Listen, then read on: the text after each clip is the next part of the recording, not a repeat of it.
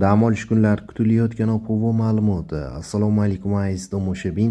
Ushbu xabar boshqalarga ham yetib borishligi uchun video ostiga bir dona like bosib, bizga obuna bo'lib qo'ying.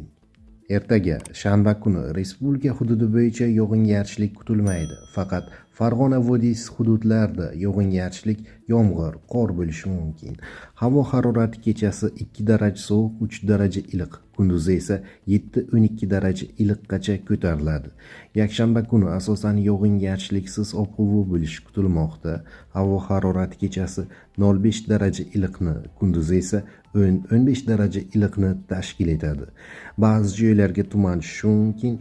Shamol 7-12 metr sekund tezlikda esadi. 6 va 8 fevral kunlari ayrim joylarda 13-18 metr sekundgacha kuchayishi mumkin.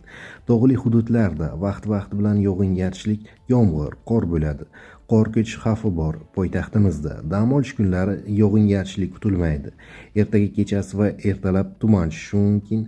Shamol sharqdan 3-8 metr sekund tezlikda esadi. Harorat ertaga kechasi 1 daraja sovuq, 1 daraja iliq, kunduzi esa 9-11 daraja iliq. Yakshanba kuni kechasi 1-3 daraja iliq, kunduzi esa 13-15 daraja iliq bo'ladi.